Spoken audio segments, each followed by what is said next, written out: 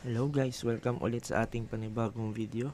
For today's video, pag-usapan natin kung paano ba mag-top up ng gems or ng wallet points sa website gamit ang GCash. So if you're new to this channel, please don't forget to subscribe and then click yung bell icon para lagi kayo notified. And also don't forget to follow us on Facebook para sa mga updates and game features.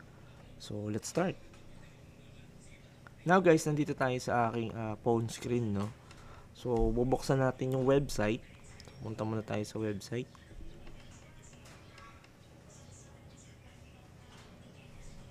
Tayin lang natin. So, login kayo dito sa website, no?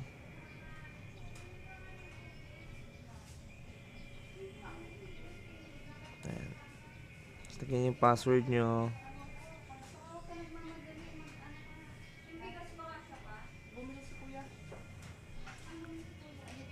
Ayan. So, once na naka-login na kayo guys, makikita nyo na ito. Home screen ng ano nyo.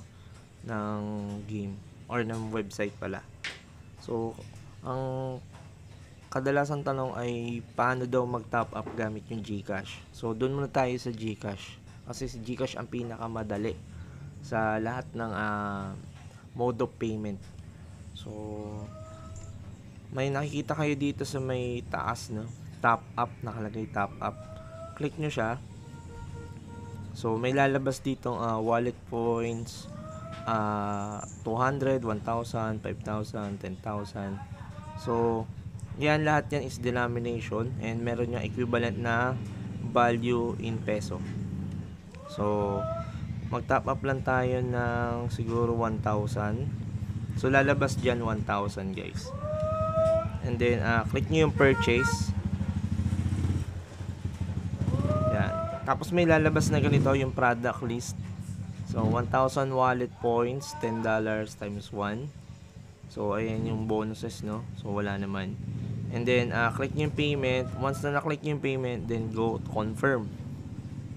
So, re-redirect kayo dito sa TaskPay. So, si TaskPay yung dadaanan nung payment. So, dito sa taas lang muna tayo. Wala tayo dun sa apat na nasa baba. Dahil QR ang pinakamadali sa lahat. So, nandito nakalagay naman 604 pesos or 605 pesos. So, equivalent yun dun sa 1,000 wallet points. So, click na natin yung QR code. And then, once na naklik nyo yung QR code, lalabas ito. So, payment, please follow the steps, and then QRPH. So, meron dito kayo dalawang option. It's either i-scan nyo yung QR or i-download nyo yung mismong QR code. So, sa akin, since wala ako ng isa pang device for GCash, click nyo yung download QR. So, download again. Lalabas yan. So, once na download nyo na yung file or yung QR, so, pupunta kayo dito sa GCash.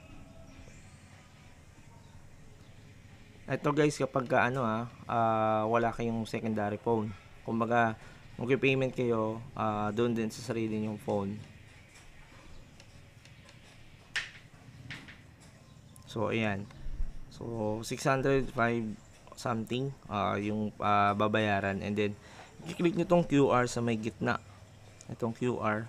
So, kung naaalala nyo kanina, nag-download tayo ng QR code, no? So, i-click nyo yung upload QR code.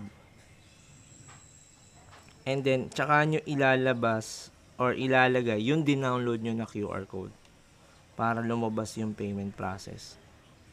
Tulad niyan, yung nakikita nyo sa screen. So, TaskPay Canada Corp, yan. And then, total amount 605. And then, may laman naman yung GCash.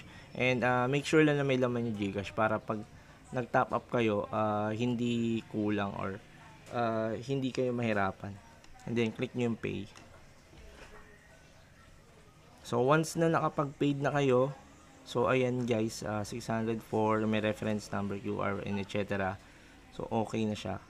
Then, check nyo kung nabawasan kayo and nabawasan tayo. Then, out nyo na to, GCash. And then, pupunta kayo doon sa website ulit kanina. And then, mag-a-appear dapat yan sa may taas. Ayan, tulad niya, nag-appear na siya. So, kaninang 788 naging 1,788 na gems na yung na natin, nakuha natin. So yun lang, ganun lang kasimple guys.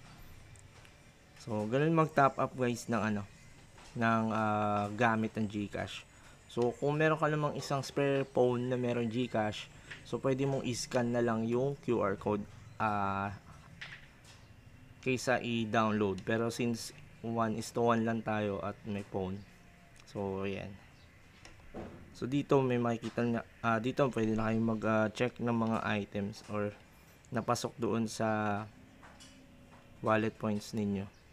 Ayan, so dito meron ditong kailangan mo itong growth pack 3.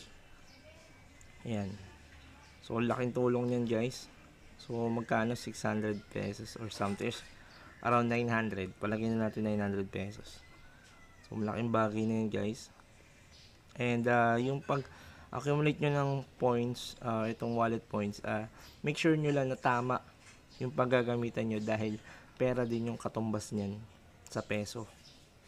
So force gem, sa force gem kung meron kang 1.5, so 1,000 is equal to 10,300 na FG. So ganun lang siya guys, and may paggagamitan ako nyan, kaya tayo nag-try. And marami kasi nagtatanong sa page ko kung paano gagawin, no? So ito yung guide guys, para hindi kayo mahirapan. So yun lang, and see you on the next video guys. Bye bye.